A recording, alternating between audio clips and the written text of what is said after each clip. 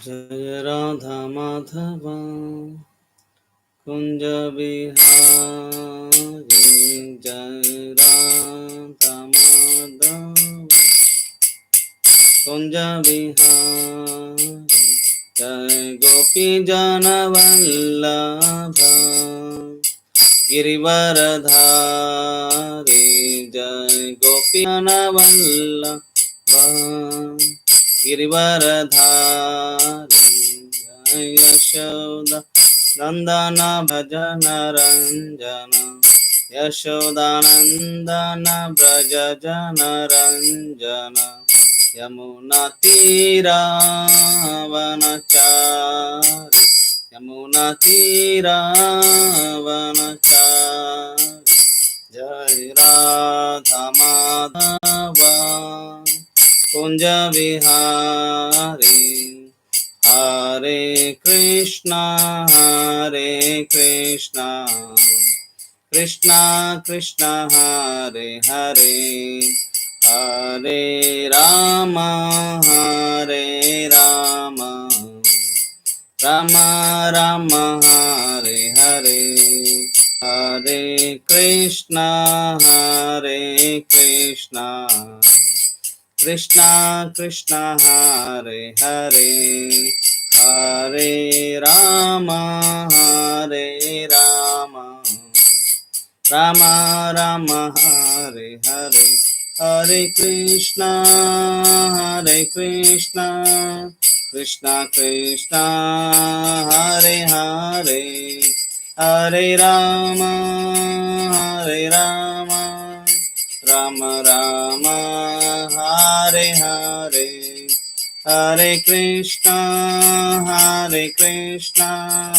कृष्णा कृष्णा हरे हरे, हरे राम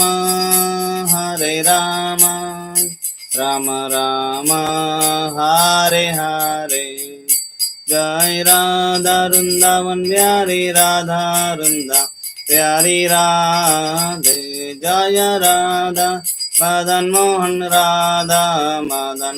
राधे, जय गौरांगनिता जय गौरांगनिता, जय जय प्रभुपाद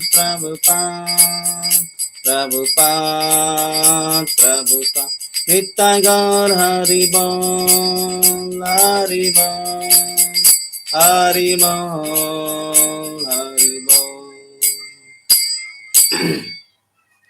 प्रणाम संकीर्तन की जाय, श्रील प्रभुपाद की जय।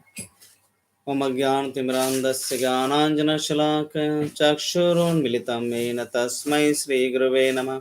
श्रीचैतन्यमनोभीष्टं स्थापितं येन भूतले स्वयं रूपा कदा मह्यं ददाति स्वपदान्तिकं। वन्देऽहं श्रीगुरुं श्रीयुतापदकमलं श्रीगुरून् वैष्णवांश्च श्रीरूपं साग्रजातं सहगण रघुनाथान्वितं तं सजीवं साद्वैतं सावधूतं परिजनासहितं कृष्णचैतन्यदेवं श्रीराधा कृष्णपदान् सहगण ललिता श्रीविशाखान्वितांश। नमो विष्णुपादाय कृष्णप्रेष्ठाय भूतले श्रीमते भक्तिवेदांत स्वामी निति नामिने, नमस्ते सरस्वती देवे गौरवाणी प्रचारिणे, निर्विशेष शून्यवादी पाश्चात्यदेशतारिणे। जय श्री कृष्ण चैतन्य प्रभो नित्यानंद, श्री अद्वैत गदाधर शिवासदि गौर भक्तवृंद। हरे कृष्णा कृष्णा कृष्णा हरे हरे, हरे राम राम राम हरे हरे। हरे कृष्ण। सर्वांचं स्वागत आहे। तर मागच्या प्रवचनात आपण बघितलं की मिथिलेमध्ये हा दिव्य सोहळा साजरा झाला, सीता स्वयंवर। आणि हा दिव्य सोहळा साजरा झाल्यानंतरही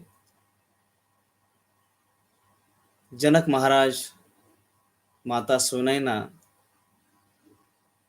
आणि तसे सगळे मिथिलावासी म्हणजे सर्वांच्या मनामध्ये खूप आनंद आहे.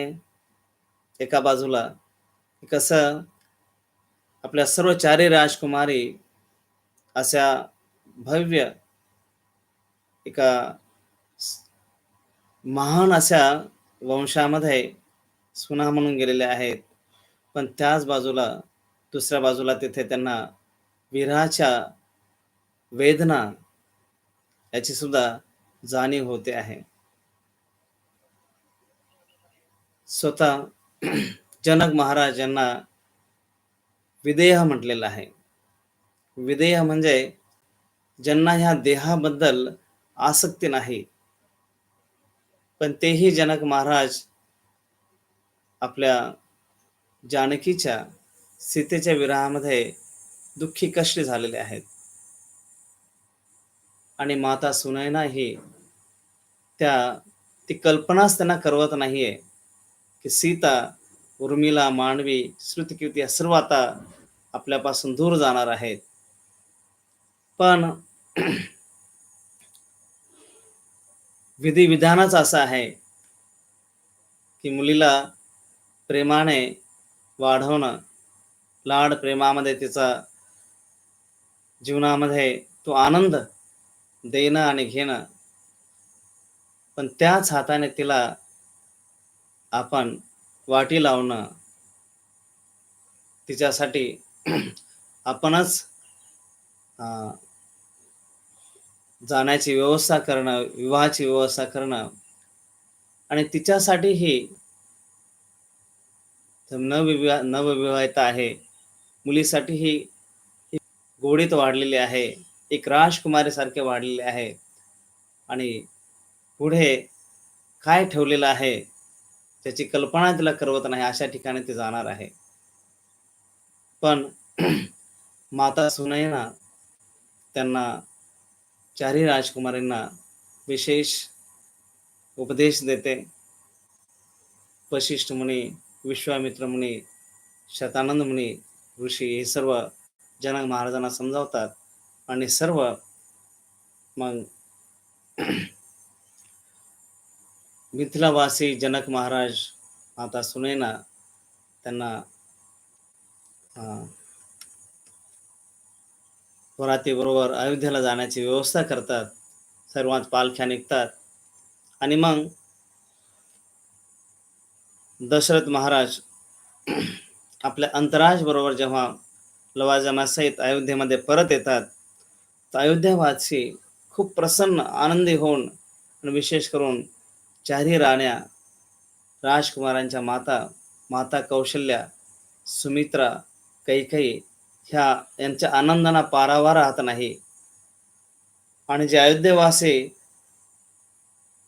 श्रीरामांवर एवढं प्रेम करतायत, म्हणजे आपल्या मुलांवर करत नाही तेवढं जास्त प्रेम ते श्रीरामांवर करतायत आणि श्रीरामही तेवढंच त्यांच्या प्रेमाचा सदैव प्रतिसाद देतात. तशा वातावरणामध्ये सर्वच अयोध्यावासी खूप प्रसन्न होतात, आनंदी होतात आणि त्यांच्या वरातीचे इतकं धूमधामपणे स्वागत करतात की हा त्यांच्या जीवनातला जल्लोष, आनंद लुटण्याचा सर्वोत्तम दिवस असावा, असा ते आनंद ते साजरा करतायत. सगळीकडे नृत्य गान चाललेलं आहे, आनंदोत्सव चाललेला आहे. पुढे तिथे विधी होतात. सर्व नवविवाहितांचं, राजकुमारींचं स्वागत होतं. पूजा सर्व काही विधी झाल्यानंतर श्री रामचंद्र माता सीतेला जेव्हा भेटतात, प्रथम भेटीमध्ये तसं जनक महाराज माता सीतेला सांगून पाठवतात की तू सावलीप्रमाणे त्यांच्या सौभाग्यामध्ये दुर्भाग्यामध्ये त्यांच्या बरोबर राहा. श्री रामचंद्र प्रथम भेटीमध्ये या भौतिक जगामध्ये आपण बघतो, प्रथम भेटीमध्ये अनेक वेगवेगळ्या प्रकारच्या काही गोष्टी भेटी दिल्या जातात. आणि त्या पहिल्या भेटीमध्ये श्री रामचंद्र सांगतात, मी तुला विशेष भेट घेऊन आलेलो आहे. आणि ते सांगतात, ती विशेष भेट म्हणजे मी तुला आज वचन देतो आहे.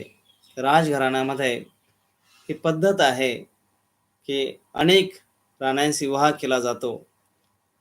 परंतु मी ही विशेष भेट तुला देतो, की मी एक एक पत्नीव्रत धारण करतो आहे. आणि सीतेला हे तो खूप आनंद होतो. तिथे श्रीरामांचे लक्ष असायचं, की सीतेला सदैव सुखी आनंदी ठेवायचं, तिला सर्व आवश्यक त्या सुविधा पुरवणं. आणि सीतेचं एकच ध्येय होतं, की तिच्या जीवनात श्रीरामांना प्रसन्न ठेवणं आणि ती भक्तीने, सेवाभावाने श्रीरामांना काय हवे त्यांची इच्छा होण्या अगोदरच ती ती सेवा देण्यासाठी सदैव तत्पर असायची. आणि प्रजेचं श्रीरामांवरचं प्रेम, स्नेह बघून दशरथ महाराजही खूप प्रसन्न होते. आणि तेवढ्यात एक दिवस कैकेयीच्या माहेरहून निरोप आला त्यांच्या वडिलांचा, की युधाजी त्यांना अत्यावश्यक लवकरात लवकर पाठवून देणे. युधाजित कैकेयीचे भाऊ हे विवाहाच्या अगोदरच इथे आलेले होते. एक सहज भेटण्यासाठी आले, पण जेव्हा त्यांना कळालं की श्री रामचंद्रांचा विवाह सोहळा साजरा होतोय, तेही थांबले. विवाह सोहळ्यामध्ये त्यांनी भागही घेतला. कुणाची इच्छा नसताना स्वयं भरतची इच्छा नव्हती, परंतु कदाचित आजोबांचं स्वास्थ्य चांगलं नसेल, ठीक नसेल म्हणून त्यांनी भरत निघाल्यावर शत्रुघ्नही त्यांच्याबरोबर निघाले आणि मांडवी, श्रुतकीर्ती यांच्याबरोबर ते सगळेच कैकेयी ह्या देशाला गेले, आजोळाला त्यांना आजोबांना भेटण्यासाठी. आणि दशरथ महाराज त्यांच्या मनामध्ये विचार येऊ लागला, की मी आतापर्यंत अनेक वर्ष राज्य सांभाळलं आहे. अपेक्षापेक्षा जितकी अपेक्षा होती त्याच्यापेक्षाही सर्व काही भोग, विलास, अ, राज्य सर्व काही भोगण्याचा, राज्य करण्याचा सर्व आनंद घेतलेला आहे. आता ही राज्याची जबाबदारी श्रीरामांवर द्यावी, अशी मनामध्ये त्यांच्या ती कल्पना येऊ लागली. आणि ते विचार करू लागले, की श्रीराम हा सर्व गुण संपन्न आहे. सर्व त्यांना प्रेम करतात. श्रीराम खूप नम्र आहे. वरिष्ठांचा सन्मान करतो. ब्राह्मणांच्या प्रती आज्ञाधारकपणा आहे. सर्व जीवांप्रती किती करुणा त्याच्या हृदयामध्ये आहे. आणि श्रीरामांचं वरिष्ठांबद्दल प्रेम, आदर आणि वरिष्ठांचा त्यांच्याबद्दल कुठल्याही प्रकारची तक्रार नाही. तसेच तो शूरवीर योद्धा आहे आणि सर्व युद्धकलेमध्ये तज्ञ आहे. मला तरी वाटतं की श्रीरामाला भावी राजा म्हणून घोषित करावं, असं दशरथ महाराजांच्या मनामध्ये ती इच्छा निर्माण झाली. आणि ते विचार करू लागले, की राजा म्हणजे तो फक्त राजा, त्याला महाराजही म्हणतात. महाराज म्हणजे महाराज हा ऋषींनाही म्हणतात, साधूंनाही म्हणतात, की ज्याने स्वामी राजा, ज्याने सर्व इंद्रियांवर नियंत्रण मिळवलेलं आहे, 6 अनर्थांवर त्याने नियंत्रण मिळवलेलं आहे, तो म्हणजे राजा. तो म्हणजे त्या भावनेने विचार करतात, की पूर्व काळामध्ये जेवढे आमचे पूर्व वंशज होऊन गेले, त्यांनी सर्वांनीच आयुष्याच्या शेवटी आपल्या इंद्रियांवर विजय मिळवून अध्यात्माच्या मार्गाने पुढे गेलेले आहेत. तशा प्रकारे महाराज विचार करतात, की आता श्रीरामांवर हा राज्याचा कारभार सोपावा आणि ही उर्वरित जे आयुष्य आहे 6 अनर्थांवर विजय मिळवण्यासाठी, 6 जे अनर्थ आहेत, काम, क्रोध, लोभ, मोह, मत्सर, अहंकार, हे जे 6 अनर्थ आहेत. तसं काम हा जो आहे अग्नीप्रमाणे आहे. जसा अग्नी मर्यादित आहे तोपर्यंत चांगला आहे. त्या अग्नीवर भोजन बनवलं जाऊ शकतं. तोच अग्नी आपल्या शरीरामध्ये जठराग्नी बनवून खालेलं पचवू शकतो. तोच अग्नी आपल्याला दिवा लावला तर प्रकाश देऊ शकतो. पण तोच अग्नी जर त्याला जर मर्यादा ठेवली नाही, तो एखादं घर भस्म करू शकतो. एखादं शहर तो भस्म करू शकतो. एखादं जंगल भस्म करू शकतो. अग्नी तोच आहे. तसा काम अग्नी आहे. हा काम अग्नी जो आहे, हा जर त्याला लिमिट ठेवलं, त्याला जर मर्यादा ठेवल्या, त्या मर्यादित वेळेपर्यंत त्याचा आपण जर भोग घेतला, त्या मर्यादेनुसार त्याचा जर वापर केला, तर हा अग्नी आपल्या पुढच्या प्रगतीसाठी मदत करतो. जसा अग्नी भोजन बनवण्यासाठी, पचवण्यासाठी, प्रकाशासाठी उपयोगी येतो. पण तोच अग्नी जर त्याला मर्यादा घातली नाही, तर तो जाळून काय करतो? भस्म करतो. तसं या मनुष्य जीवनामध्ये सुद्धा ज्या जो काम आहे, तो आपल्याला भगवंताकडे नेण्यासाठी मदतही करू शकतो. पण त्याच्या जास्त आहारी गेलो, अति तिथे माती. तसाच अनर्थ दुसरा क्रोध हा सुद्धा जसे पाण्याचे शिंतोडे पडावे आणि थोडा थंडावा वाटावा. आपण एखादा जर अ, पिचकारीने किंवा आपण हाताने पाणी शिंपडलं चेहऱ्यावर, खास करून उन्हाळ्याच्या दिवसामध्ये, तर हाच थोडासा पाण्याचा शिरकाव आपल्याला आल्हाद वाटतो, प्रसन्न वाटतं. पण तोच पाण्याचा पूर जर आला, तर गावच्या गाव वाहून घेऊन जाऊ शकतो. तर हा क्रोध सुद्धा असाच आहे. तो जर मर्यादेमध्ये जर आपण ठेवला, तोच क्रोध जो आहे भगवंता सेवेमध्ये काही कारणासाठी लावला, तोच क्रोध जो आहे आपण आपल्यामध्ये काही सुधारणा करण्यासाठी वापरला, तर क्रोध जो आहे हा आपल्यासाठी चांगला असू शकतो. पण तोच क्रोध जर आपण अ, त्याला मर्यादा घातल्या नाही, क्रोधाला जर आपण नियंत्रण करू शकलो नाही, जसं पाण्याचा पूर येऊन पूर्ण गावाच्या गाव होऊन जाऊ शकतं, तसं जीवन जे आहे, हे परत नरकाच्या दिशेने हा क्रोध आपल्याला घेऊन जाऊ शकतो. काम, क्रोध, लोभ सुद्धा असाच आहे. आपण एखाद्या पात्रामध्ये जर पाणी भरून ठेवलं, परंतु पाणी त्या पात्रामध्ये तोपर्यंत राहील जोपर्यंत पात्राला होल नाहीये. पण जेव्हा पात्राला छिद्र असेल, तर त्या पात्रामध्ये छिद्र जर असेल, तर सर्व काही जमा केलेलं पाणी जे आहे, ते सर्व काही हळू गळून जातं आणि पात्र रिकामं होतं. किंवा एखादी बोट असेल, ती बोट पाण्यावर प्रवास करू शकते. पण त्या बोटीला जर छिद्र पडलं आणि त्याच्यातून पाणीचा प्रवास जर झाला, प्रवेश झाला आतमध्ये, तर बोट त्या पाण्यामध्ये जी वाहून आपल्याला प्रवास करू शकतो बोटीवर, वहाण करून घेऊन जाऊ शकते. तीच बोट आपल्याला पाण्यामध्ये बुडवू शकते.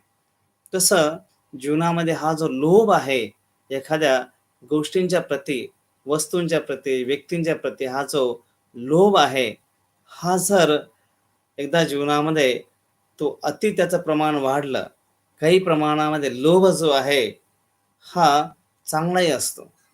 आपल्याला जेव्हा लोभ हा काही कार्य संपन्न करण्यासाठी असेल, भगवंताच्या प्रती श्रद्धा व्यक्त करण्यासाठी असेल, लोभ हा जेव्हा भक्तांना संग करण्यासाठी असेल, तर हा लोभ चांगलाही आहे.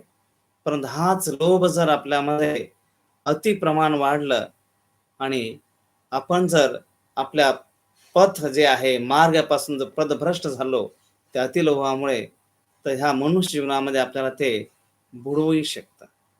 तसंच हा मोह सुद्धा असाच आहे, की मोह जेव्हा एखादा व्यक्ती मोहित होतो, भ्रमित होतो, त्याच्यामध्ये अज्ञानाचा प्रकाश होतो. अज्ञानाचा प्रभाव होतो आणि अज्ञानामध्ये व्यक्तीला कळत नाही, तो योग्य करतोय की अयोग्य करतो आहे. जसा उंट हा काटे खातो आणि जेव्हा काटेरी झाड खाताने त्याच्या ओठांना ते काटे लागल्याने रक्त बंबाळ होतं, पण त्या रक्ताचाच त्याच्या जिभेला स्पर्श होतो आणि त्याला वाटतं की चांगला स्वाद आहे, त्याच्याच रक्ताचा स्वाद त्याला चांगला वाटतो. तसं हा मोह जो आहे या भौतिक गोष्टींच्या प्रती, तो मोह आपल्याला असा काही विळख्यामध्ये अडकवतो किंवा अशा काही गोष्टी करायला लागतो की त्याच्यामुळे आपण लाथा खातो, त्याच्यामुळे आपण दुःख भोगतो आणि आपल्याला वाटतं मी आनंदीच आहे, आपल्याला वाटतं मी मजाच करतो आहे, मी एन्जॉय करतो आहे. परंतु ही स्पर्शा भोगा दुःख येऊन येवते आद्यंतवंत कोणते नष्टे शिरोमते बुधा.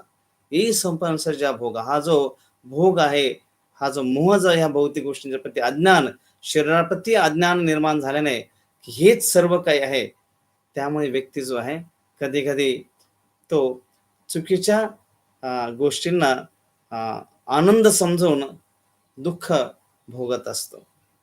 हा मोह आणि तसाच अहंकार हा सुद्धा कधी कधी व्यक्तीला एवढा ओव्हर कॉन्फिडन्स, एवढा तो अति आत्मविश्वास दाखवतो की त्याला वाटतं की जसं एखादा बेडूक तो ड्राव ड्राव जेव्हा करतो, त्याला वाटतं की माझा आवाज जो आहे एखाद्या कवीसारखाच आहे, माझा आवाज एखाद्या छान सुंदर गायकासारखा आहे, आणि तो इतक्या ओव्हर कॉन्फिडन्स मध्ये गातो की त्याला कळत नाही की त्याच्या आवाजाने तो प्रसिद्ध होत नाहीये, तर त्याच्या आवाजामुळे सर्प त्याच्याकडे आकर्षित होतो आहे. तर एखाद्या व्यक्ती जीवनामध्ये एखाद्या ओव्हर कॉन्फिडन्स एवढ्या मोठ्या विश्वासाने तो पुढे जातो, पण तो आत्मविश्वास जो आहे त्याचा भगवंतावर, त्याच्या ज्ञानावर नसल्याने तो आत्मविश्वास त्याला ह्या मृत्यूच्या दिशेने खेचतो, त्याला नाशाच्या दिशेने त्याला आकर्षित करतो.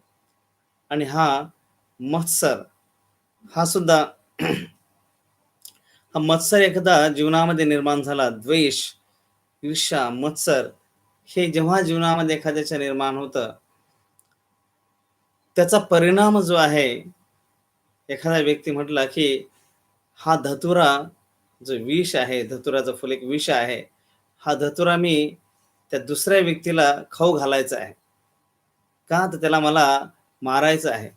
आणि त्याला खाऊ घालण्यासाठी अगोदर तो माणसाला मारतो की नाही म्हणून मी त्याचा स्वाद घेतो, मी चेक करतो धतुरा कसा आहे, आणि मग त्या माणसाला मी मारण्यासाठी धतुरा खाऊ घालेल.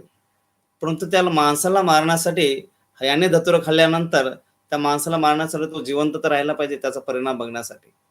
तसं जेव्हा एखाद्याबद्दल ईर्ष्या निर्माण होते, द्वेष निर्माण होतो, तो दुसऱ्यासाठी खड्डा खणायला जातो, पण तो खड्ड्यामध्ये पडण्या अगोदर स्वतः खड्ड्यामध्ये पडतो. तर हे जे अनर्थ आहेत, दशरथ महाराज विचार करतात की महाराज, लोक जरा मला जर महाराज म्हणतायत, तर त्या स्तराला मला पोहोचायचं आहे. अनेक वर्ष मी राज्य केलेलं आहे, अनेक भोग सर्व काही भोगलेले आहेत, परंतु आता हा जो कारभार जो आहे, राज्याचा भार जो आहे, हा रामाच्या खांद्यावर देऊन मला आता पुढच्या माझं जे जीवनाचं ध्येय आहे, मोक्ष, जीवनाच्या शेवटी मला जे भगवत प्रेम प्राप्त करायचं आहे, त्यासाठी आता जीवन व्यतीत करणं, ह्या भौतिक आसक्तीतून बाहेर पडून त्या परम सत्याच्या दिशेने वाटचाल करणं हे माझं कर्तव्य आहे. आणि त्यासाठी दशरथ महाराज हा विचार करतात आणि पुढे मग ते वशिष्ठ मुनींना हे आपले विचार बोलून दाखवतात आणि विचार त्यांना सांगतात की असे असे माझी इच्छा आहे की श्रीरामाला राजा म्हणून घोषित करावं. वशिष्ठ मुनी खूप प्रसन्न होतात, तथास्तु. आणि त्याचबरोबर ते सांगतात, एक राजाचं कर्तव्य आहे की कुठलाही निर्णय घेताना त्याने जरी एक तुमची वैयक्तिक ही इच्छा आहे, तुम्हाला वैयक्तिक वाटतं की ह्या गोष्टी मी कराव्या, परंतु त्याचबरोबर एक राजाचं कर्तव्य आहे की एक राजा, एक लीडर, एक नेता, त्याचं कर्तव्य आहे की कुठलाही निर्णय घेताना त्याचे जे साथीदार आहे त्यांच्या संमतीने निर्णय घ्यावे. जो एखादा शहंशाह असेल, तो निर्णय घेताना की मला असं वाटतंय, तर मी असं झालंच पाहिजे. परंतु जो आदर्श लीडर आहे, राजा आहे, तो सर्वांच्या संमतीने आपले विचार मांडून सर्वांच्या संमतीने कुठले कार्य संपन्न करतो. तर वशिष्ठ मुनीही त्याला सांगतात, की आजपर्यंत सूर्यवंशामध्ये तुमचे सर्व जे पूर्वज आहे, त्यांनी अशाच प्रकारे हे निर्णय घेतलेले आहे राजाबद्दल. तुम्ही सभा बोलवा आणि सभेमध्ये सर्वांच्या सहमतीने हे कार्य शुभ कार्य आहे, खूप महत्त्वाचं कार्य आहे आणि नक्कीच त्यांनाही सर्वांना आवडेल. पण सर्वांच्या सहमतीने हा निर्णय घ्या. आणि मग दशरथ महाराज अ, सर्व जे सामंत आहेत, वेगवेगळ्या राज्याचे लीडर्स आहेत, नेते आहेत, तसेच अयोध्येमधील जे राज प्रतिनिधी आहेत, प्रजाचे प्रतिनिधी आहेत, त्या सर्वांना ते एकदम अत्यावश्यक मीटिंग म्हणून त्या सर्वांना बोलवतात. आणि इकडे दशरथ महाराज त्यांच्यासमोर आपलं मत मांडतात, की अ, अनेक वर्ष मी हे राज्याचा सांभाळ केलेला आहे आणि माझी इच्छा आहे आता, की अशा प्रकारे अ, हा राज्याचा भार श्रीरामाला आता त्यांनी स्वीकारावा. तर जेव्हा ही गोष्ट सर्व सभासदांनी ऐकली, तर सर्वांना त्यांच्या मनातलं जे होतं, ते मनातलं तुम्ही राजा बोलले आहात, असं त्यांना वाटू लागलं. आणि जेव्हा दशरथ महाराजांनी विचारलं, तुमचं काय मत आहे? तर काही क्षण कुणी बोललेच नाही. पण मी योग्य बोलतोय की नाही किंवा विचारतो की नाही, प्रश्न योग्य आहे की नाही किंवा हा मी निर्णय घेतोय बरोबर आहे की नाही, हे जेव्हा दशरथ महाराज विचारतात, तेव्हा इतका मोठ्याने तिथे राजसभेमध्ये इतका मोठ्याने तो जल्लोष होतो. सर्व अयोध्यावासी, सर्व मंत्रीगण एवढे प्रसन्न होतात, आनंदी होतात, की श्री रामचंद्र की जय, श्री रामचंद्र की जय, अशा प्रकारे जल्लोष होतो. आणि श्रीरामांना राजा खरा खूप धन्य धन्य आम्ही झालो. अशा प्रकारे हे जेव्हा वचन ऐकू लागतात आणि हा जो जल्लोष आहे, कितीतरी वेळ त्या सभामध्ये चालूच राहिला. सर्वत्र फक्त श्री रामचंद्र की जय श्रीराम, जय श्रीराम. तर बराच वेळ हे झाल्यानंतर दशरथ महाराजांच्या मनामध्ये थोडी पाल सुटली. एक इन्सिक्युरिटी त्यांच्या मनामध्ये एक एक एक क्षणासाठी. तसंच श्रीरामावर खूप खूप त्यांचं प्रेम आहे. पण इथे अ, दशरथ महाराजांच्या मनामध्ये एक थोडासा एक क्षणासाठी का होईना पण एक असुरक्षितता, तो एक विचार येऊन गेला. म्हणून इथे सुद्धा आपण बघतो समाजामध्ये वावरताना किंवा आपल्या साथीदारांबरोबर आपल्या कुटुंबामध्ये जेव्हा अ, एखाद्याचे एखाद्याचं गुणगान होतं, तेव्हा दुसऱ्या व्यक्तीच्या मनामध्ये इन्सिक्युरिटी, असुरक्षितता कधी-कधी ती अ, प्रबळ होते.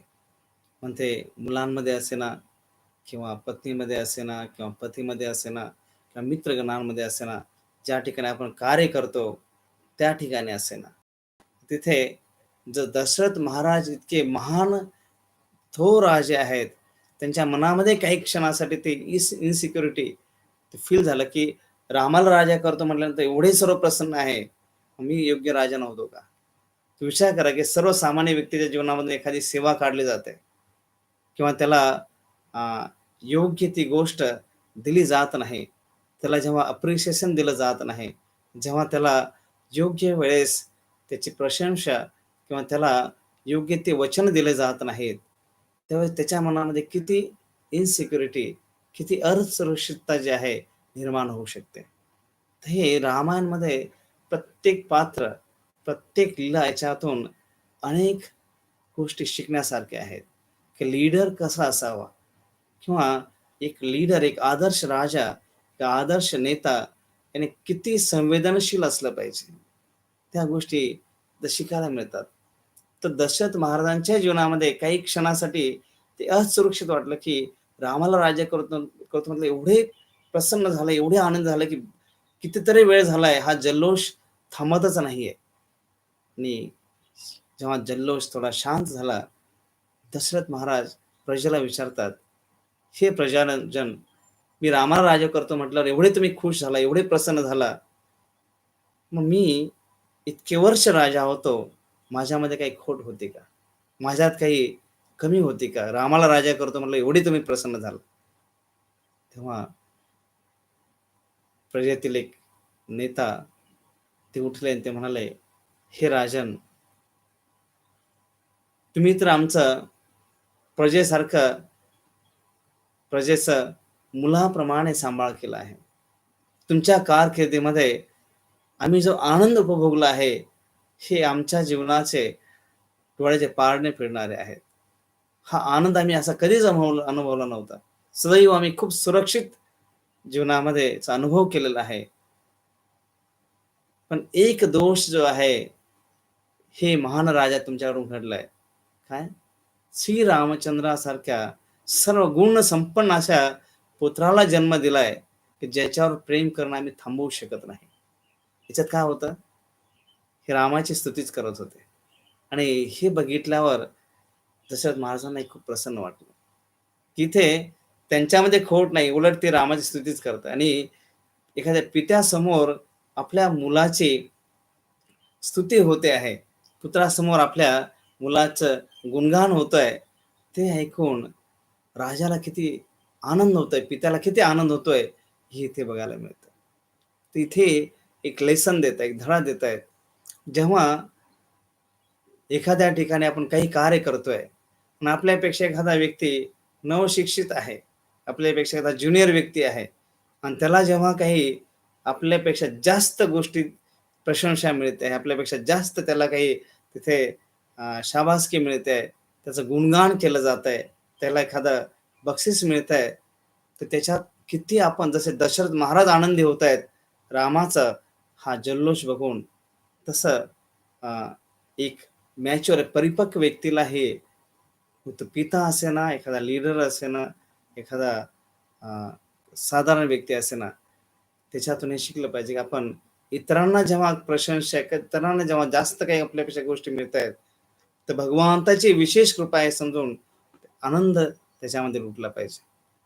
आणि त्यावेळेस श्री रामचंद्रांबद्दल जेव्हा सभेमध्ये दशरथ महाराज विचारतात, की कुठल्या कारणासाठी तुम्हाला वाटतं, की श्री रामचंद्र हे विशेष महान आहे? तर सर्व प्रजा सभासद सांगले, की त्या गुणांचं गणती केली जाऊ शकत नाही. सर्व गुण संपन्न आहेत आणि विशेष म्हणजे कुठल्याही व्यक्तीला महान बनण्यासाठी ह्या 3 गुणांची, 3 गोष्टींची त्यामध्ये असणं खूप आवश्यक आहे. एक म्हणजे त्याच्यामध्ये टॅलेंट, कौशल्य, की त्याच्याकडे एक प्रत्येक गोष्टीबद्दल ते कौशल्य. तसं श्री रामचंद्रांबद्दल शौर्य, ते कौशल्य आहे. मग ते युद्धकलेचं तलवार असेल, गदा ह्या सर्व गोष्टींचं, धनुष्य ह्या सर्व गोष्टींचं कौशल्य आहे. आणि फक्त तेच कौशल्य नाही, वेदांचा अभ्यास त्याच्यामध्ये ते टॅलेंट आहे, कौशल्य आहे. फक्त वेदांचा अभ्यास नाही, तर वेदांचा व्यावहारिक जीवनामध्ये उपयोग कसा करायचा त्याचं त्यांना ज्ञान आहे. दिव्यास्त्रांचा उपयोग करण्याचं ज्ञान आहे, पण तो दिव्यास्त्रांचा उपयोग हा दुरुपयोग कसा होणार नाही, दुष्ट चुकीच्या कार्यांसाठी वापर करणार नाही, याची सतर्कता, याचं ज्ञान त्यांच्याकडे आहे. तसेच गायन ते बाह्यकारी तर सुंदर करू शकतात, त्याहीपेक्षा ते अशा प्रकारचं गायन करू शकतात, की ज्याने हृदयामध्ये प्रेम निर्माण करणारं असेल आणि जीवनामध्ये एक आशा देणारं असेल. त्याचबरोबर त्यांचं बोलणं, श्रीरामांचं जे बोलणं आहे, दीर्घ संभाषण नसेल, परंतु ते मितभाषी पण जे संवाद आहे, त्यांचं बोलणं जे आहे, हे मित अलंकृत अमृत बिंदू सारखं आहे. मितभाषी, कमी बोलतात, पण योग्य तेच बोलतात आणि बोलणं इतकं अलंकृत असतं, की जसं काही अमृताचे थेंबच पडतायत. ते कौशल्य. हं. व्यक्तीला जर महान बनायचं त्याच्याकडे टॅलेंट असलं पाहिजे, कौशल्य असलं पाहिजे. त्याचबरोबर ॲटिट्यूड त्याच्यामध्ये एक स्वभाव, व्यावहारिक वागणं ते खूप आवश्यक आहे. एखाद्याकडे कौशल्य असेल, पण त्याच्यात चांगल्या व्यवहाराशिवाय त्याचं कौशल्य, टॅलेंट जे आहे, त्याच्याबरोबर जर चांगला व्यवहार नसेल, चांगला स्वभाव नसेल, तर ते एखाद्या खिरीमध्ये दुधाची खीर आहे, पण त्याच्यामध्ये साखरच नाहीये. त्या प्रकारे. खीर आहे, पण त्यात साखर नसेल, तर त्याचा काही स्वाद असेल का? तसं व्यक्तीमध्ये कौशल्य आहे, टॅलेंट आहे, पण त्याच्याबरोबर तिथे जर स्वभाव चांगला नाहीये, त्याचा व्यवहार चांगला नाही, वागणं चांगलं नाहीये, तर त्या टॅलेंटला, त्या कौशल्याला तेवढं महत्त्व राहत नाही. म्हणून जो उद्धट स्वभावाचा व्यक्ती असतो, त्याला मार्गदर्शनाची इच्छा नसते. तो कुणाकडून मार्गदर्शन घेऊ इच्छित नाही. Self made man. मी स्वतः निर्माण झालेलो आहे. मला कुणी देवाने कुणी मला मदत केली नाही. जेव्हा मी दुःखात होतो, कुणी मला आधार दिलेला नाहीये. आता मी स्वतः पायावर निर्माण झालेलो आहे. मला कुणाची गरज नाही. परंतु इथे श्रीरामचंद्र विशेष करून सर्वांचा सन्मान करतात, आदर करतात. विशेष करून जे वयोवृद्ध आहेत, ज्ञानवृद्ध आहेत आणि शूलवृद्ध आहेत, त्यांच्या प्रती कृतज्ञता. कारण की हे जे वयोवृद्ध, वयाने मोठे आहेत, त्यांच्याकडे अनुभव आहेत. अशा व्यक्तींकडून मार्गदर्शन घेणं. ती व्यक्ती कदाचित आपल्यापेक्षा कमी शिकली असेल, परंतु त्यांच्या वयाचा जो अनुभव आहे, तो खूप महत्त्वाचा आहे. त्याने जास्त पावसाळे बघितलेले आहेत. कधी-कधी अशा व्यक्तीचे अनुभव सुद्धा आपल्याला खूप मदत करून जातात. तसेच ज्ञानवृद्ध, वयाने लहान असेल, परंतु ज्ञानाने व्यक्ती तो मोठा आहे. तर त्याच्याकडून काही शिकणं, त्याच्याकडून मार्गदर्शन घेणं आणि शीलवृद्ध, जो ज्याचं चारित्र्य खूप शुद्ध आहे, पवित्र आहे. म्हणतो कुठल्या समाजाचा आहे, कुठल्या घराण्याचा आहे, कुठल्या वयाचा आहे, कुठल्या जातीचा आहे, तो बंधन नाहीये. अशा व्यक्तीकडून जो शीलवृद्ध आहे, त्याच्याकडूनही मार्गदर्शन घेतलं पाहिजे. श्रीरामांचा हा स्वभाव होता, की जे अशा प्रकारे सर्वांचा ते सन्मान करायचे.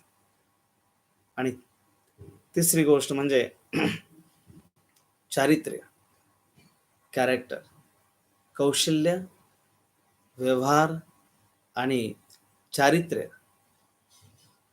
कौशल आणि व्यवहार टिकण्यासाठी चारित्र्याची मदत लागते. व्यक्तीकडे कौशल्य चांगलं असेल, त्याचा व्यवहारही चांगला असेल, वागणंही चांगलं असेल, परंतु चारित्र्य जर नसेल, तर व्यक्ती जो आहे महान बनू शकत नाही. चारित्र्य सुद्धा त्याचं कसं पाहिजे? शुद्ध पाहिजे, पवित्र पाहिजे. चारित्र्य जे आहे, जितकं निष्कलंक असेल, तसं तो समाजाला मार्गदर्शन करू शकतो. म्हणून चारित्र्य टिकवण्यासाठी खूप गोष्टी आवश्यक आहे, की स्वनियंत्रण, प्रामाणिकपणा आणि कृतज्ञता. या 3 गोष्टींचं साम्य जे आहे, चारित्र्य बनवण्यासाठी खूप आवश्यक आहे. स्वनियंत्रण, आपल्या इंद्रियांवर, मनावर त्याचं नियंत्रण असलं पाहिजे. तो प्रामाणिक असला पाहिजे, ऑनेस्ट आणि कृतज्ञ असला पाहिजे. जे काही त्याला मिळालेलं आहे, त्याच्याबद्दल त्याला आदर असला पाहिजे. अशा प्रकारे श्री रामचंद्रांचं इथे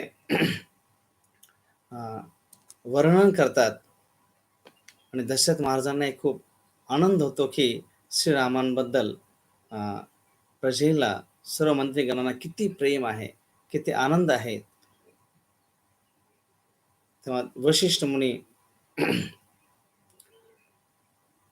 सर्व सभासद यांची चर्चा झाल्यानंतर श्री रामचंद्रांना सभेत बोलवलं जातं. तसं तर श्री रामचंद्र तयार नाहीयेत. गुरुजनांना प्रणाम करतात, पित्यांना प्रणाम करतात आणि जेव्हा वशिष्ठ मुनी सांगतात की सध्या दशरथ महाराजांची इच्छा आहे की तू राज्याचा कारभार सांभाळावा, तर श्री रामचंद्र सांगतात की स्वयं पिताश्री इथे असताना त्यांचा दास म्हणून ते जे काही सांगतील मी सर्व करायला तयार आहे. मला जनतेची सेवा करण्यासाठी मला राजा बनण्याची काही गरज नाहीये. हा एक स्वनियंत्रण, स्वतःवर एवढं प्रलोभन आलं असतानाही विचलित न होणं. तेव्हा दशरथ महाराज त्यांना समजावतात का तू जबाबदारी हे स्वीकारणं गरजेचं आहे.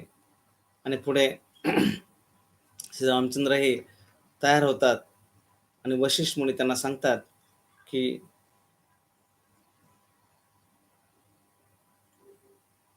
पुढे हे अशुभ नक्षत्र चालू होणार आहे आणि अशुभ नक्षत्र चालू होण्या अगोदर श्री रामचंद्रांचा राज्याभिषेक होणं खूप आवश्यक आहे. म्हणून उद्याची ही वेळ पुष्प नक्षत्र आहे, त्यावेळेस श्रीरामांचा राज्याभिषेक झाला पाहिजे.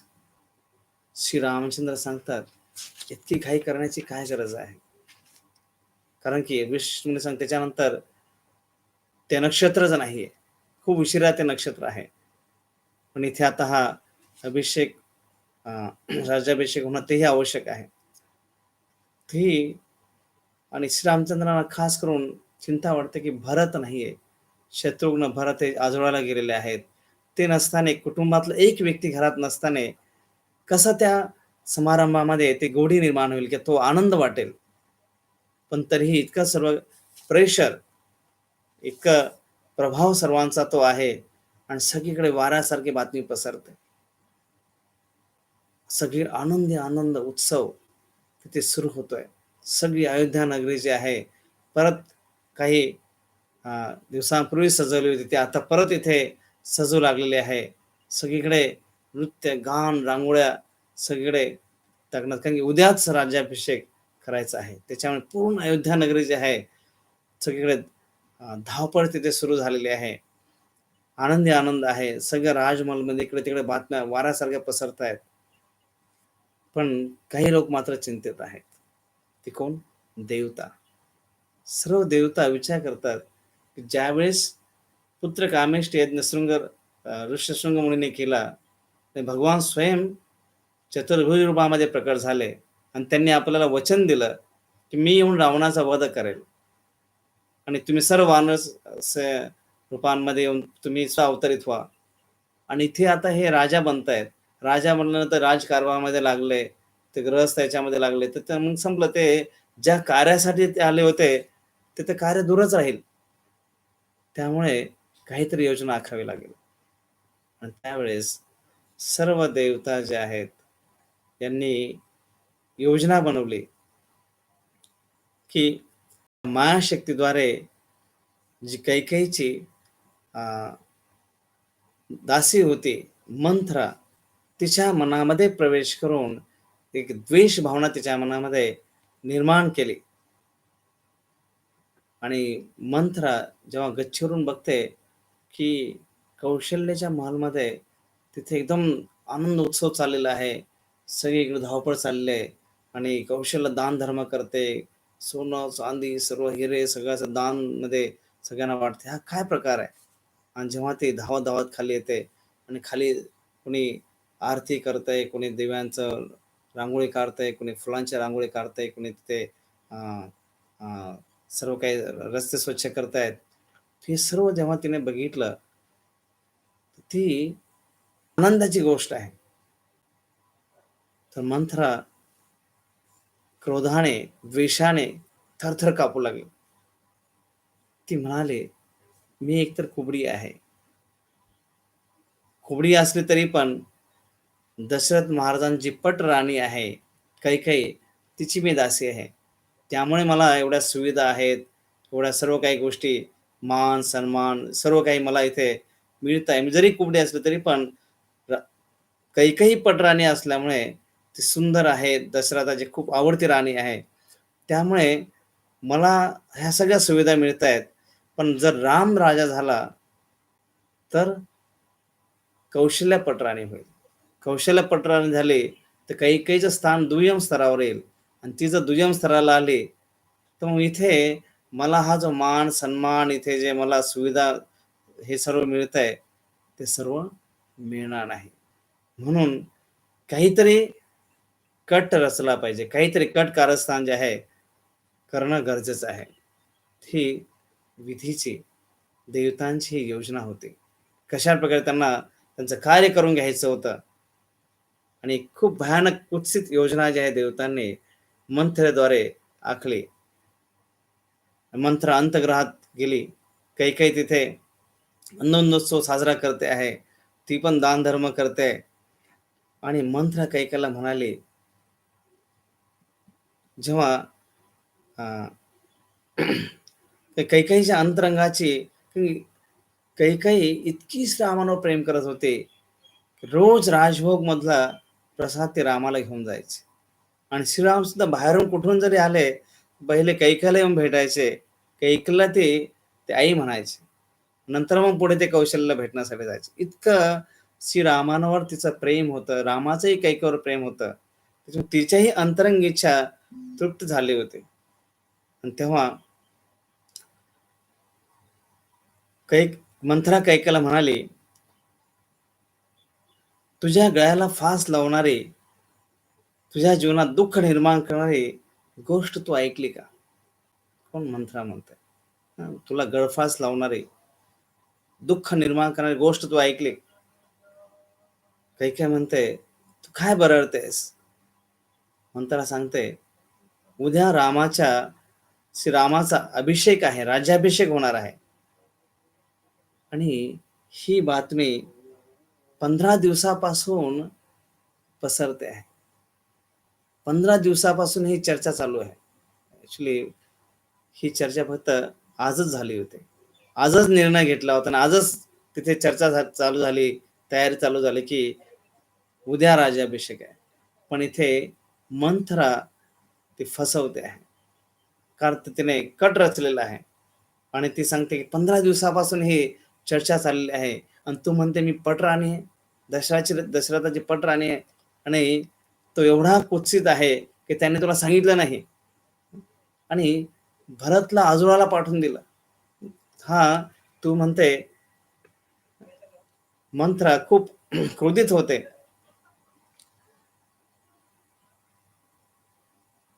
काही म्हणते, अरे हा रामाचा राज्याभिषेक आहे, तेवढा आनंदाची गोष्ट आहे, तेवढी क्रोधित का होते? मंथरा परत क्रोधित होते आणि कैकेयीला ओरडते, तुला काही कळत कसं नाही? तुझ्या पुढे किती मोठा खड्डा आहे, किती भयंकर दुःख तुझ्या जीवनात येणार आहे. कैकेयी ओरडते, मंथरा तू वेडी झालीस का? काय बोलतेस? मंथरा म्हणते, मंथरा कैकेयी म्हणते, मंथरा राम भरतचा कधी द्वेष करू शकत नाही.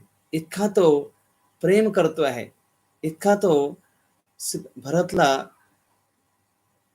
इतकं प्रेम करतो की भरतसाठी त्याच्यापेक्षा श्रेष्ठ काहीच नाहीये. आणि मंथरा म्हणते, तुला माहित नाही, तू भोळी आहेस, तुला अक्कल नाहीये. जसा राम राजा होईल, तो भरतला वनवासात पाठवून देईल. कारण जर भरत इथे राहिला, तर रामाला माहिती आहे की माझ्यापेक्षा भरत श्रेष्ठ आहे आणि तो जर इथे राहिला, एक ना एक दिवस परत तो राजगादीवर बसेल. म्हणून राम भरतला वनवासात पाठवून देईल आणि कौशल्या पटराणी होईल आणि तो तुझं स्थान दुय्यम स्तरावर येईल आणि जास्तीत जास्त जरी भरत राहिला इथे, तर तो एक भरत रामाचा एक सेवक म्हणून राहील. तू हे कसं काय होऊन देशील? आणि तुझी सवत कौशल्या ही राणी होणार आणि तू तिची दासी म्हणून इथे सेवा करावी लागणार. तर मंत्र ह्या जेव्हा गोष्टी बोलते, सुरुवातीला काही काही विरोध केला आणि मंत्रा म्हणते, तू आताच ही योजना सुरू कर. तू आता काही केले तरी तुझा पुत्र जीवनभर दुःख भोगत राहील. नाहीतर दशरथाने तसं नसतं, दशरथाने भरत आणि शत्रुघ्नला आजोळी पाठवून दिलं नसतं. ते गेल्यानंतर त्यांनी योजना बनवली नसती. 15 दिवसापासून यांची चर्चा चालली होती आणि आज हे तुला कळत आहे. म्हणजे खूप हे कट कारस्थान आहे. कौशल्य पट राणी होऊन तू दासी बनावं लागणार आहे. अशा प्रकारे इथे कैकेयी जेव्हा सुरुवातीला ते विरोध करते, पण विरोध कालांतराने कमी होतो. ते मंथरेकडून ऐकू लागते आणि मग कैकेयी म्हणते, "मला आता खूप उशीर झालाय, मी करू तरी काय?" म्हणजे हा काय म्हणतात, त्याला काय म्हणतात, कुसंगतीचा परिणाम. की जेव्हा एखादी व्यक्ती चुकीच्या गोष्टी बोलते आहे.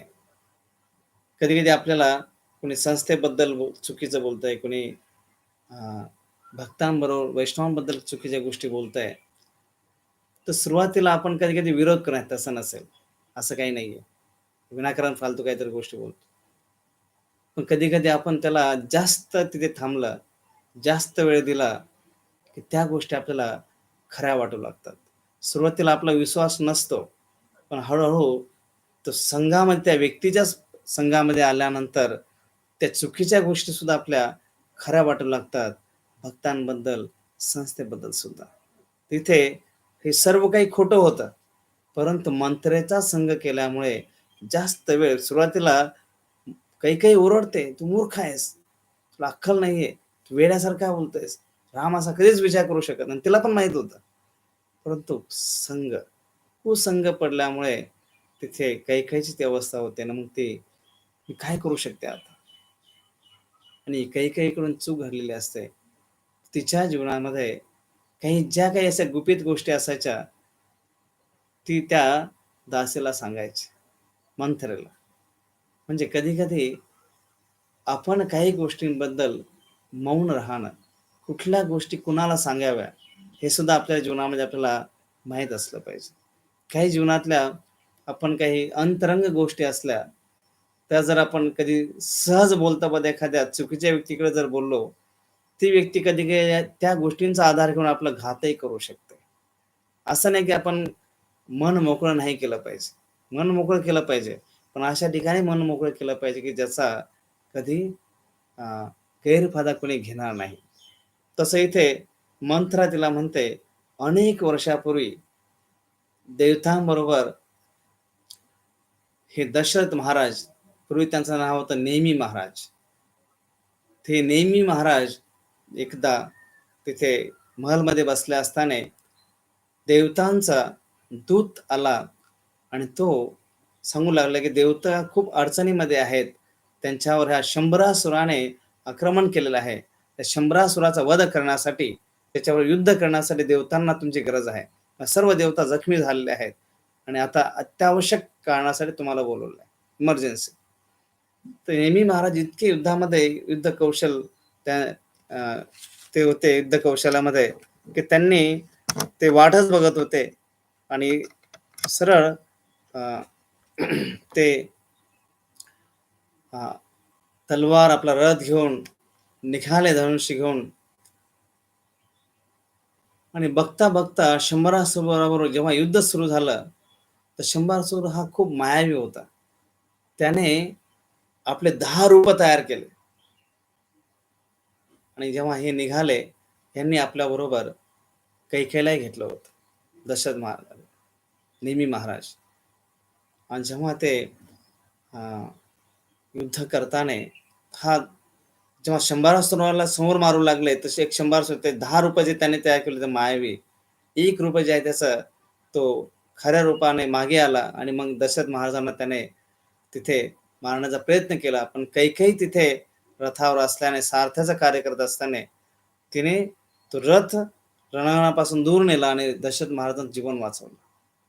आणि परत त्यांची शुश्रूषा करून परत दशरथ महाराजांना घेऊन आल्यावर परत युद्ध जेव्हा सुरू झालं, परत त्या शंभरासुराने तो रथाचा जो आख होता, ॲक्स जिथे चाक अडकत, तो त्याने तोडला. आणि जेव्हा रथ खाली पडू लागला तेवढ्यात कैकेयी तिने आपल्या एका बोटाने त्या चाकामध्ये बोट घातलं आणि त्या बोटाने पूर्ण रथ तिने टिकून ठेवला.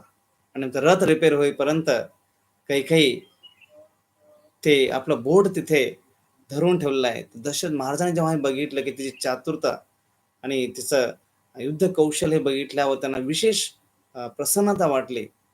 आणि युद्ध संपल्यानंतर हे देवता एवढे प्रसन्न झाले की त्यांना दशरथ दशरथ म्हणून जयघोष केला सर्व देवतांनी मिळून, की इतकं कौशल्याने त्यांनी युद्ध केलं की त्यांचा रथ एकदाच 10 दिशेला दिसत होता. म्हणून त्यांचं नाव पडलं नेमी महाराज, म्हणून त्यांचं नाव पडलं दशरथ महाराज.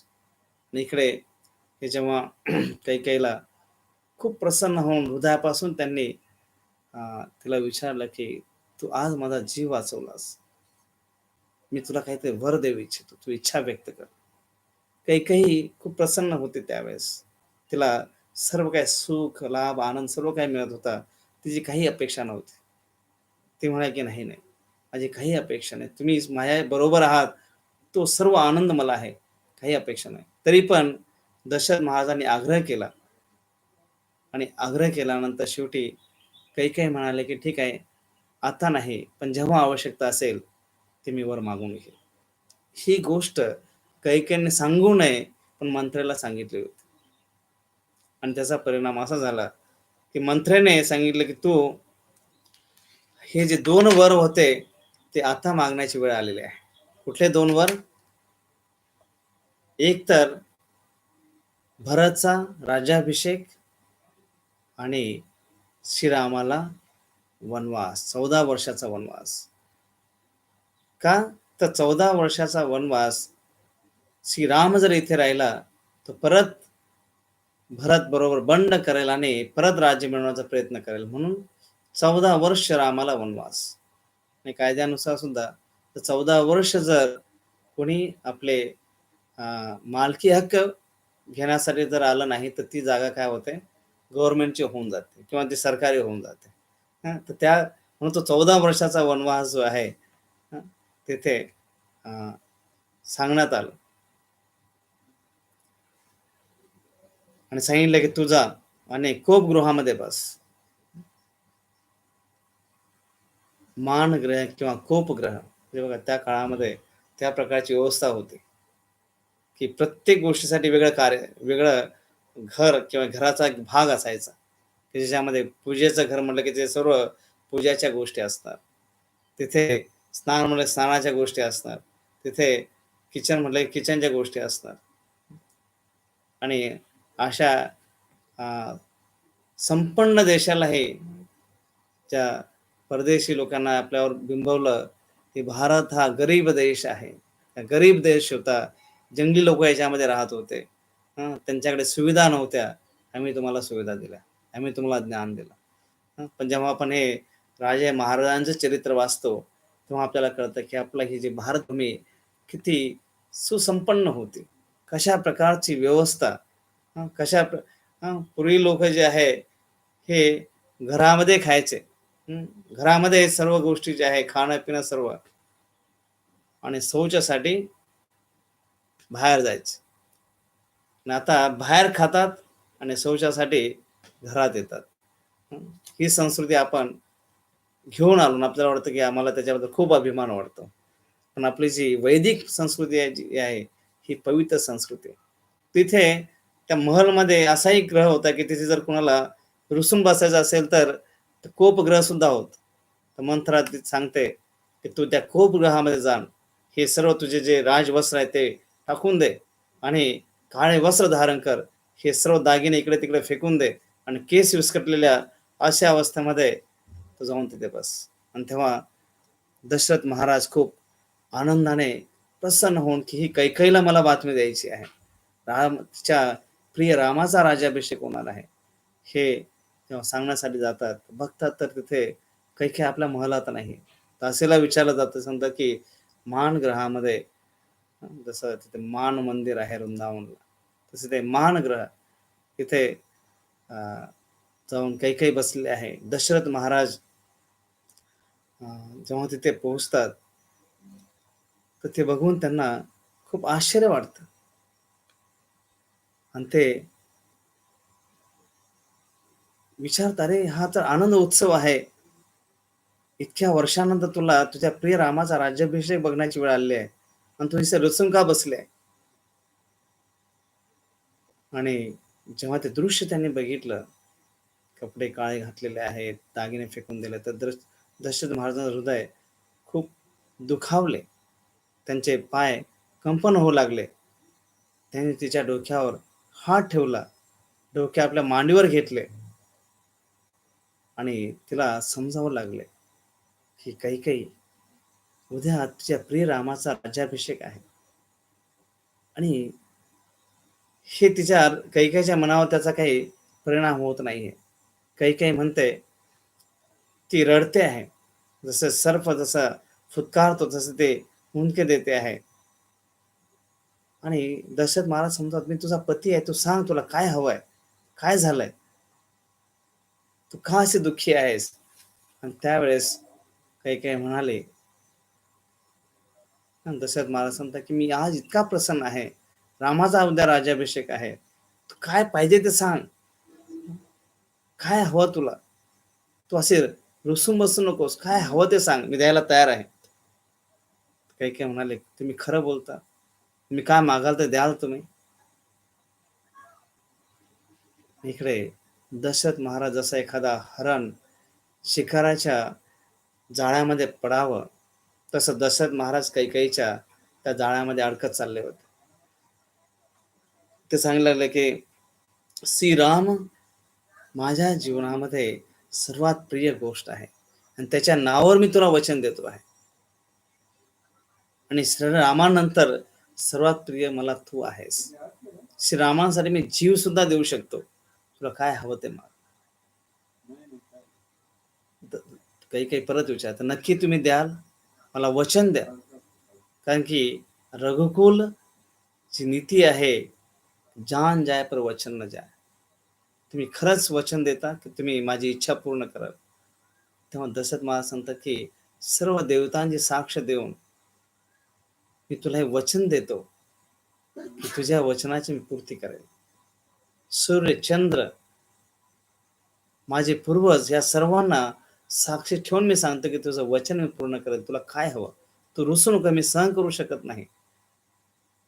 त्यावेळेस कैकेयी हृदय आनंदाने भरून येतं आणि ते म्हणते, तुम्हाला आठवतं? एका युद्धाच्या वेळेस 100 असुराच्या विरोधात युद्ध करताना देवतांकडे आपण जेव्हा गेलो, तेव्हा तुम्ही मला 2 वचन देतो म्हटला होता. ते आठवतात का तुम्हाला? आणि मी तेव्हा सांगितलं होतं, जेव्हा मला आवश्यकता पडेल तेव्हा मी मागेल. ते तसं मला सांगितलं, की नक्कीच मला आठवतं. सांग काय तुला हवं? त्यांना वाटलं, की ही कैकेयी आहे. काही उच्च वस्त्र मागेल, काही एखादा उच्च दागिना मागेल आणि काहीतरी मागेल. परंतु जेव्हा ते म्हणाले, की पहिलं वचन वर तुम्ही हा द्या, की रामासाठी जी राज्याभिषेकची तयारी केलेली आहे, तो जो राज्याभिषेक आहे, माझा पुत्र भरत याचा राज्याभिषेक हवा. तो अयोध्याचा राजा व्हावा.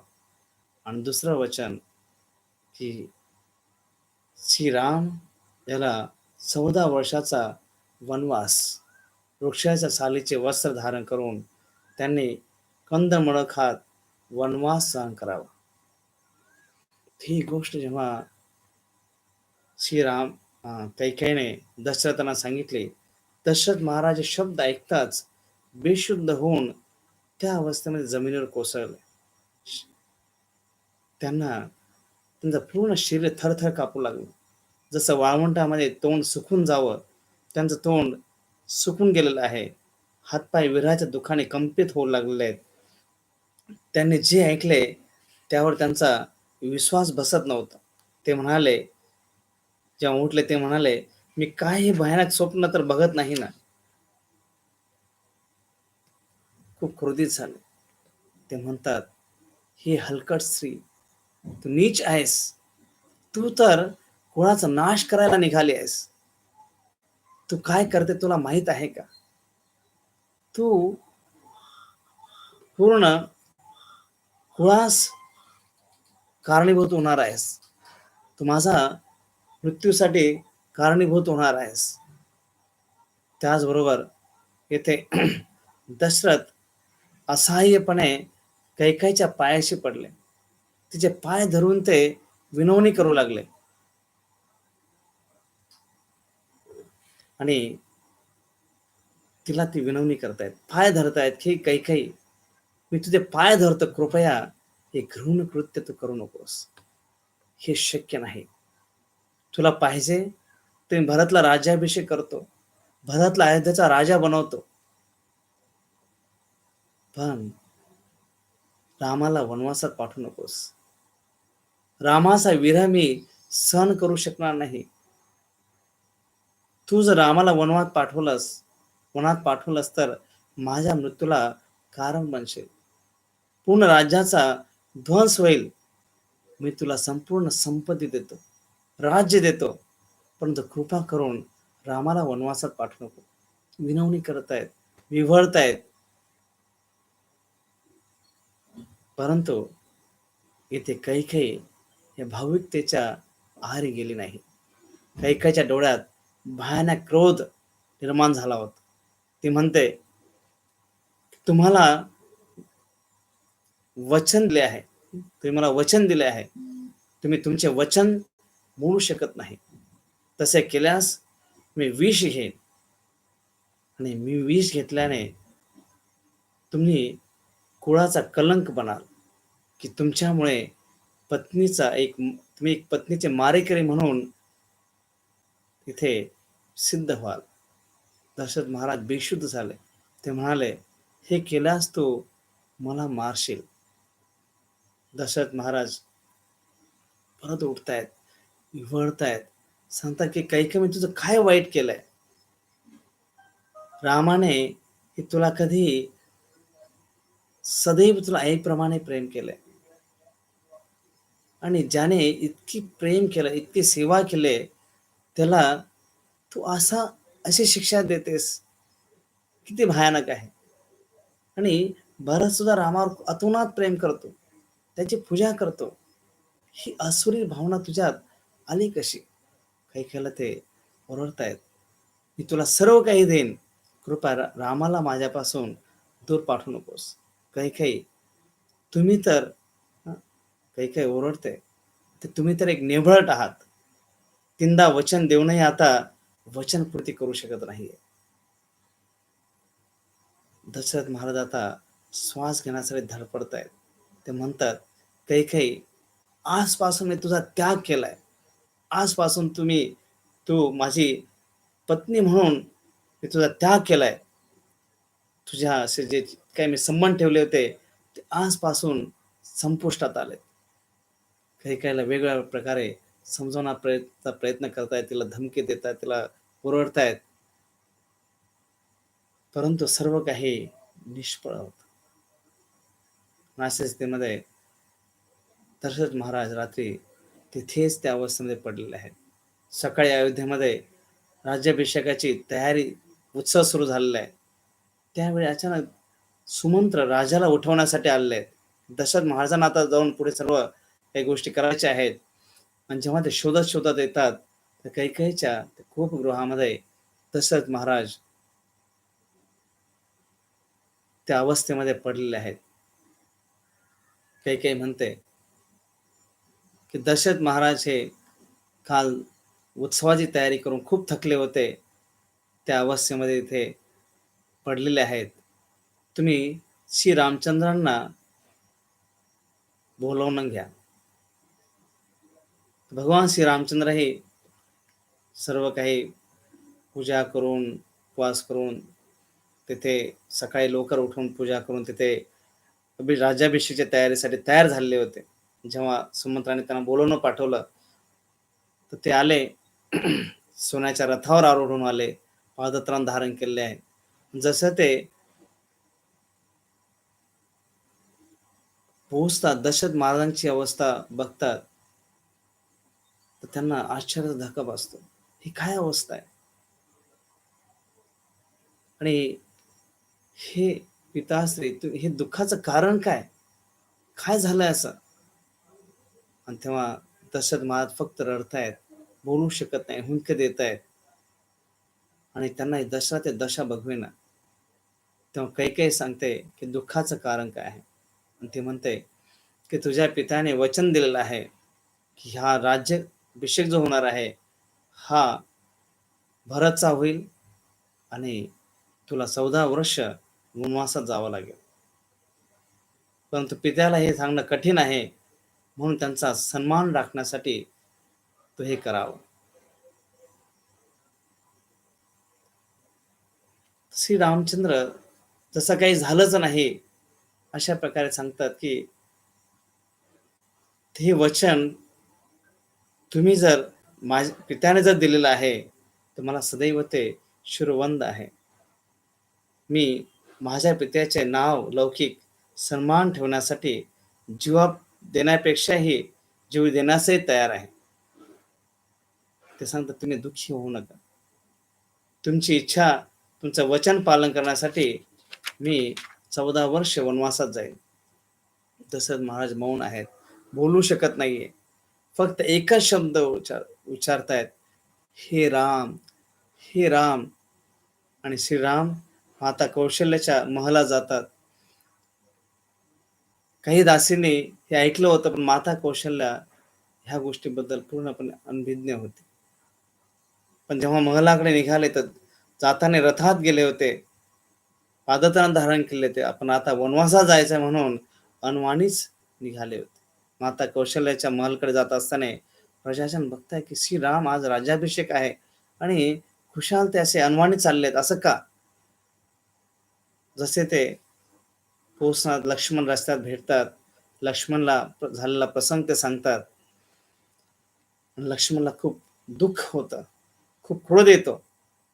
आणि जसे ते कौशल्याच्या महलमध्ये पोहोचतात, श्रीरामा श्रीरामचंद्रांना ती सांगते, की तू पूजा केली आहेस, आज खूप आनंदाचा दिवस आहे.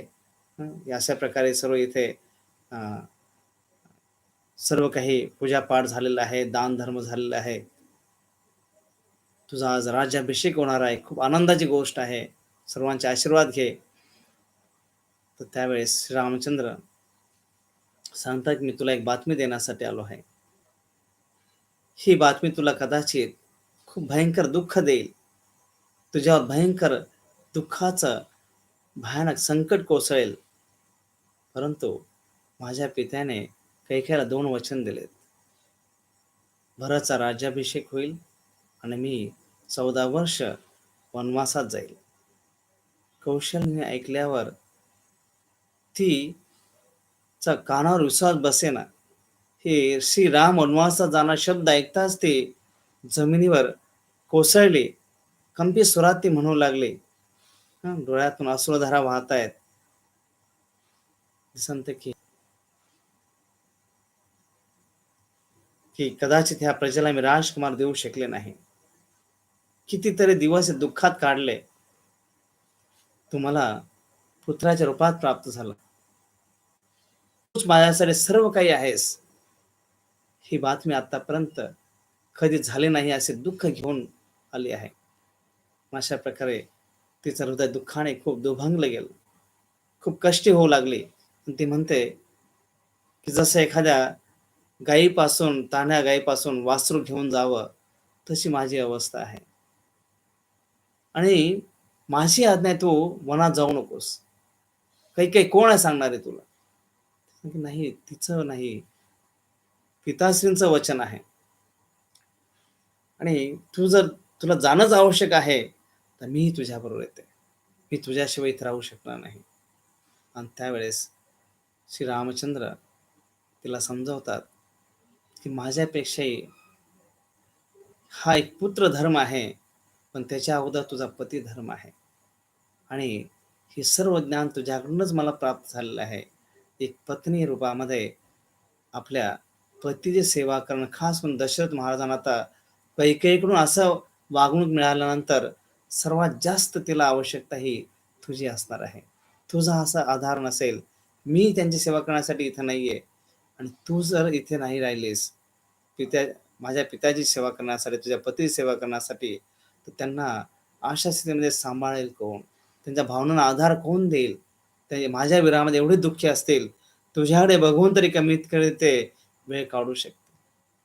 परंतु माता कौशल्याचे दुःख बघून लक्ष्मणला खूप क्रोध येतो आणि ते सांगतात, "हे श्रीराम, ही माता किती दुःखी होते तुमची आणि कुणामुळे झालं? हे दशरथांमुळे झालेलं आहे. मी आत्ताच्या आता हे दशरथ महाराज एक कपटी स्त्रीच्या आहारी जाऊन इतका भयंकर ते निर्णय घेतायत. मी आत्ताच्या आत्ता जातो आणि सर्व अयोध्येची सेना सर्वांना नष्ट करतो." आणि श्रीरामचंद्र त्यांना शांत करतात. श्रीराम म्हणाले, माझ्या पित्याने किंवा कैकेयीने केलेले हे वाईट नाहीये. ते मला काही दुःख देत नाहीये. पित्याचा बाण राखण्यासाठी सर्वात पहिलं आपलं हे कर्तव्य आहे. जे काही गोष्टी इथे घडतायत, त्या सर्व विधीनुसार घडतायत. कोणीही आपल्या विधी लिखिताच्या पलीकडे काही करू शकत नाही. आणि मग ते समजावतात, कौशल्या, लक्ष्मण लक्षात घ्या, की शरीर जे आहे, हे सर्व काही तात्पुरते आहे. ह्या जगातले सर्व नातेसंबंध सुद्धा तात्पुरते आहेत. जसे एखाद्या समुद्रामध्ये 2 ओंडके किंवा 2 काठ्या लाटांच्या प्रवाहामध्ये एकत्र येतात आणि परत लाटांच्याच आपटून त्या काठ्या परत कधी न एकत्र न येण्यासाठी परत वेगवेगळ्या होतात. तसं ह्या जगामध्ये आपण सर्व नातीसंबंधी जे आहे, मूळ शाश्वत आपण भगवंताचे अंश आहोत. भगवंताचे लेकरं आहोत.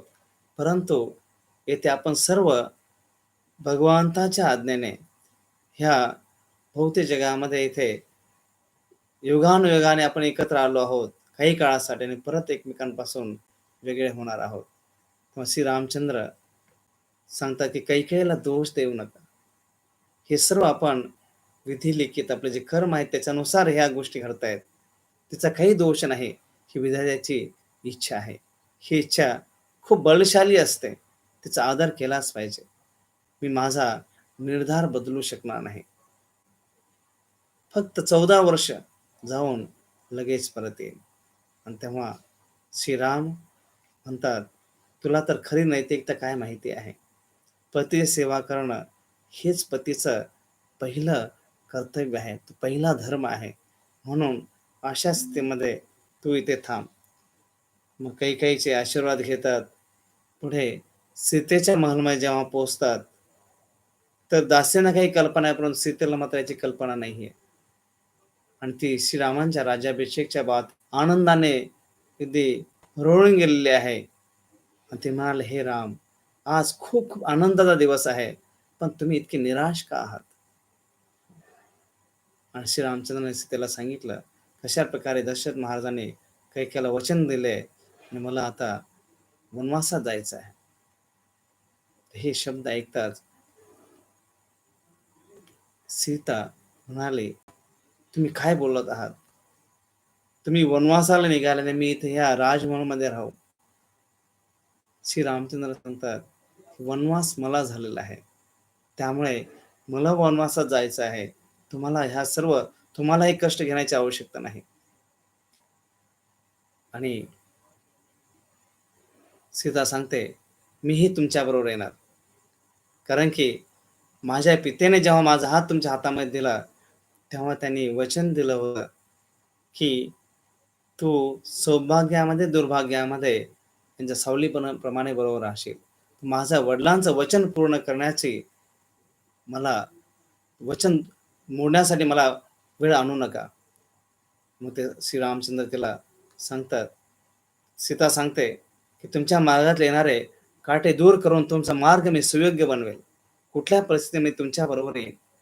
मला तुम्ही नेणार नाही हा विचार तरी कसा तुमच्या मनामध्ये आला? तेव्हा भगवान श्रीरामचंद्र सीतेला जंगलातील भयानक गोष्टींचं वर्णन करतात, की तिथे तू जनकाच्या महलमध्ये वाढलेला आहेस. सर्व मऊ बिछाणावर, रेशीम बिछाणावर तू तिथे वाढलेले आहेस. स्वादिष्ट पदार्थ तू खाल्लेले आहेस आणि लागेल. अनेक काटे तुझ्या मऊ चरणांना टोचतील. तिथे खडतर जमिनीवर झोपावं लागेल. खाण्यासाठी फक्त कंदमुळे असतील आणि जंगलातील फळे मिळतील. रात्रीच्या वेळेस भयंकर अंधकार असेल. कृष्ण पक्षामध्ये चंद्र नसल्याने सर्वत्र काळाकुट अंधार असेल. तिथे अनेक प्रकारचे मच्छर, अनेक किडे, सर्प, विंचू सारखे विषारी जीव असतील. अशा स्थितीमध्ये तू कसा तिथे टिकाव धरू शकशील? तेव्हा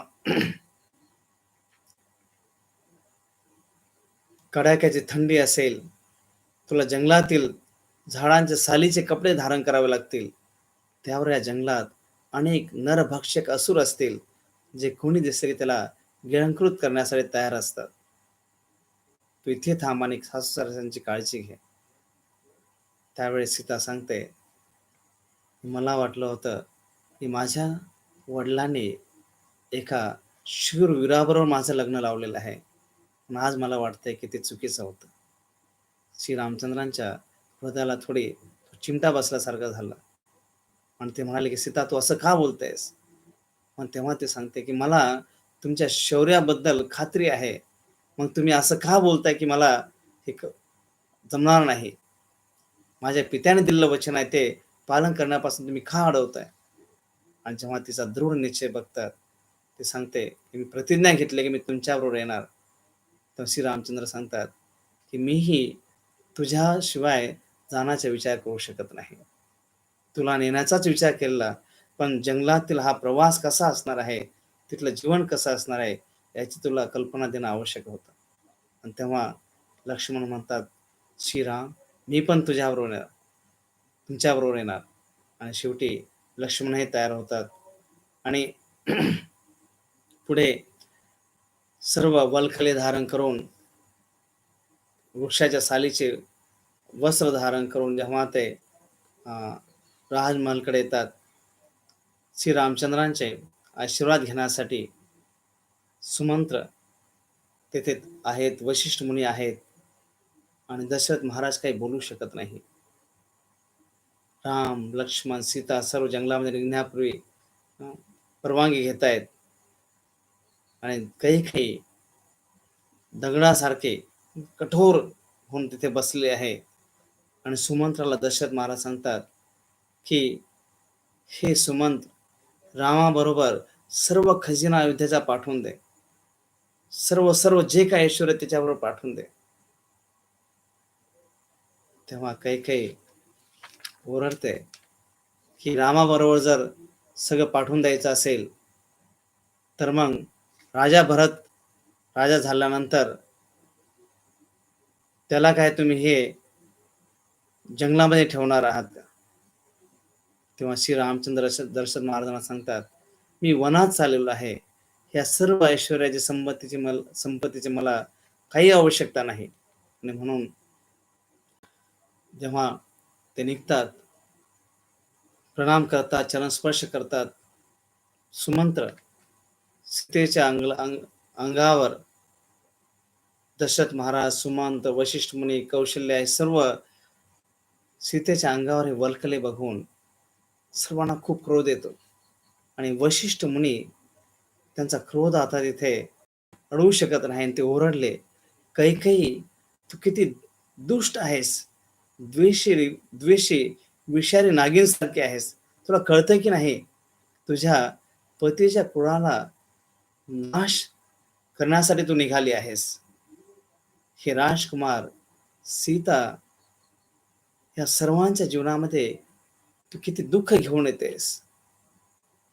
आणि ह्या वेदना जेव्हा श्रीरामचंद्र बघतात सर्वांच्या जीवनामध्ये, त्यांना कळतं, की जितका मी इथे थांबेल, तितकं दशरथ महाराजांना दुःख जास्त होईल. म्हणून श्रीरामचंद्र आशीर्वाद घेतात आणि रथावर सुमंत्राला सांगतात, की "रथ काढ." आणि जसा रथावर हे सगळे आरूढ होतात, सर्व सांगतात, की "थांबा, रथ सुरू करू नका."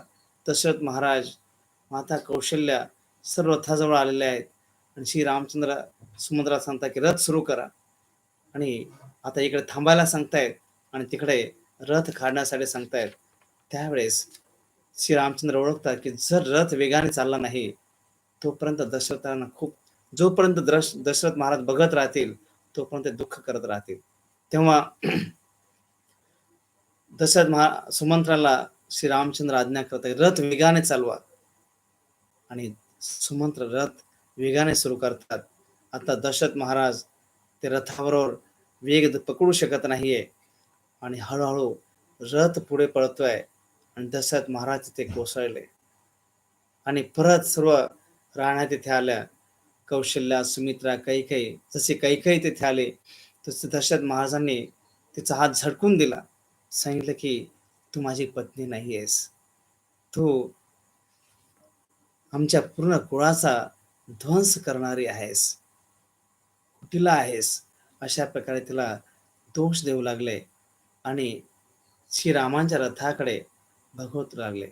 श्री रामचंद्र आणि सांगताय की आणि जोराने रथ घ्या. का? तर जेव्हा रथाचं दृश्य बंद होईल तेव्हा दशरथ महाराजांचा तो विरह कमी होईल. तोपर्यंत ते रथाच्या दिशेनेच येत राहण्याचा प्रयत्न करतील. पोचतात, रात्री सर्व तिथे झोपतात आणि श्री रामचंद्र बघतात की अयोध्यावासी जे आहेत ते तयार नाहीत परत जाण्यासाठी. ते सांगतात की कैकेयी आणि तिच्या पुत्राला भरतला ह्या मोकळ्या अयोध्येमध्ये राज्य करू द्या, आम्ही तुमच्या बरोबर येतोय. सर्व अयोध्येमधले जे प्राणी आहेत, जे वृक्ष आहेत, ते श्री रामचंद्रांच्या विरहामध्ये तिथे दुःखी कसे झालेले आहेत. ते ज्या दिशेने श्री रामचंद्रांचा रथ निघालाय त्या दिशेने झाडाच्या फांद्या सुद्धा वाकलेल्या आहेत. सर्व प्राणी जे गोठ्यामध्ये बांधलेले आहेत त्यांच्या डोळ्यातनं अश्रुधारा वाहत आहेत, जे मोकळे आहेत, रथाच्या दिशेने निघालेले आहेत. अशा प्रकारे ते करुण हृदयद्रावक दृश्य जे आहेत त्या दिवशी अयोध्येला बघावं लागतंय. अयोध्या पूर्ण खाली झालेली आहे. सर्व जाऊन तिथे थांबलेले आहेत आणि दुसऱ्या दिवशी सकाळी जेव्हा श्रीरामचंद्रांना कळतं की अयोध्यावासी थकलेले आहेत, आता झोपलेले आहेत आणि जर उशीर केला तर परत अयोध्यावासी बरोबरच येतील, थांबणार नाही. म्हणून श्रीरामचंद्रांनी ठरवलं की आपण सकाळी लवकरच उठून निघूया. सुमंत्रांना सांगितलं रथ तुम्ही घ्या आणि अयोध्येवासींना मार्ग कळू नये म्हणून हा रथ तुम्ही पाण्यामधून घ्या, जेणेकरून उथं पाण्यामधून रथ घेतला तर मार्ग त्यांना कळणार नाही आणि मग आपल्याला पुढचा मार्गक्रमण करण्यासाठी सोपं जाईल. अशा प्रकारे इथे हा विरहचं दुःख अयोध्येवासी तिथे सहन करतायत. आपण साधारण एखाद्या प्रिय व्यक्ती आपल्यापासून दूर जातो तेव्हा किती तो विरह, किती ते दुःख असतं. जर स्वयं भगवंतच भक्तापासून दूर जातात तो विरह किती असेल. म्हणून सर्वश्रेष्ठ प्रेम जे आहे, ज्याची उत्कंठाची अति उत्कंठा जी असते प्रेमाची, सर्वोच्च स्टेज जे आहे प्रेमाची ते म्हणजे सर्व in separation, love in separation. आणि हे दाखवण्यासाठी श्री चैतन्य महाप्रभू ते विरहाच्या प्रेमामध्ये भक्ती करणं शिकवण्यासाठी चैतन्य महाप्रभू आले आणि त्यांनी त्या विरहामध्ये भक्ती करण्यासाठी तो मंत्र दिला. हरे कृष्ण कृष्ण कृष्ण हरे हरे, हरे राम राम राम हरे हरे. भगवान श्री रामचंद्र की, श्रील प्रभुपाद की जय. हरे कृष्ण.